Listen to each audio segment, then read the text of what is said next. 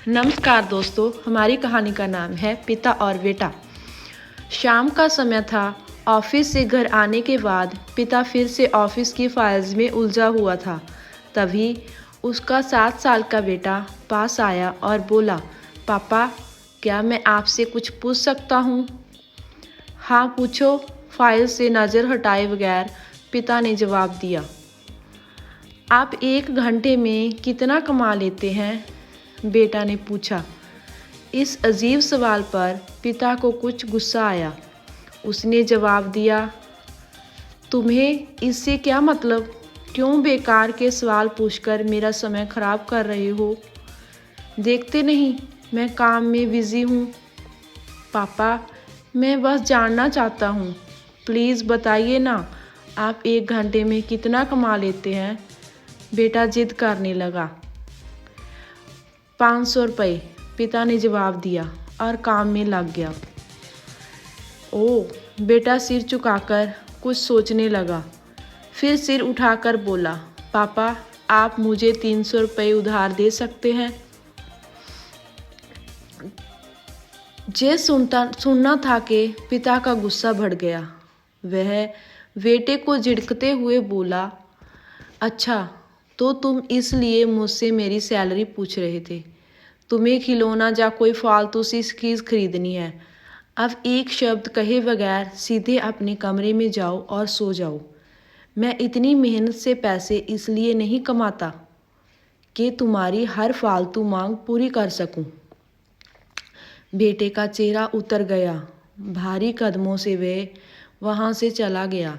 पिता कुछ देर तक तो बेटे की बात पर नाराज रहा, फिर काम में लग गया। काम खत्म होने तक उसकी नाराज़गी भी खत्म हो चुकी थी। अब उसे बेटे के प्रति अपने खुद के व्यवहार पर दुख होने लगा। वह सोचने लगा कि हो सकता है बेटे को सच में किसी ज़रूरी चीज़ के लिए 300 रुपये की ज़रूरत हो। वो वैसे भी हर समय पैसे नहीं मांगता। वह बेटे के कमरे में गया, देखा बेटा बिस्तर पर लेटा हुआ था। उसने पूछा, सो गए क्या? बेटा तुरंत उठकर बैठ गया और बोला, नहीं पापा, मैं जगा हुआ हूँ।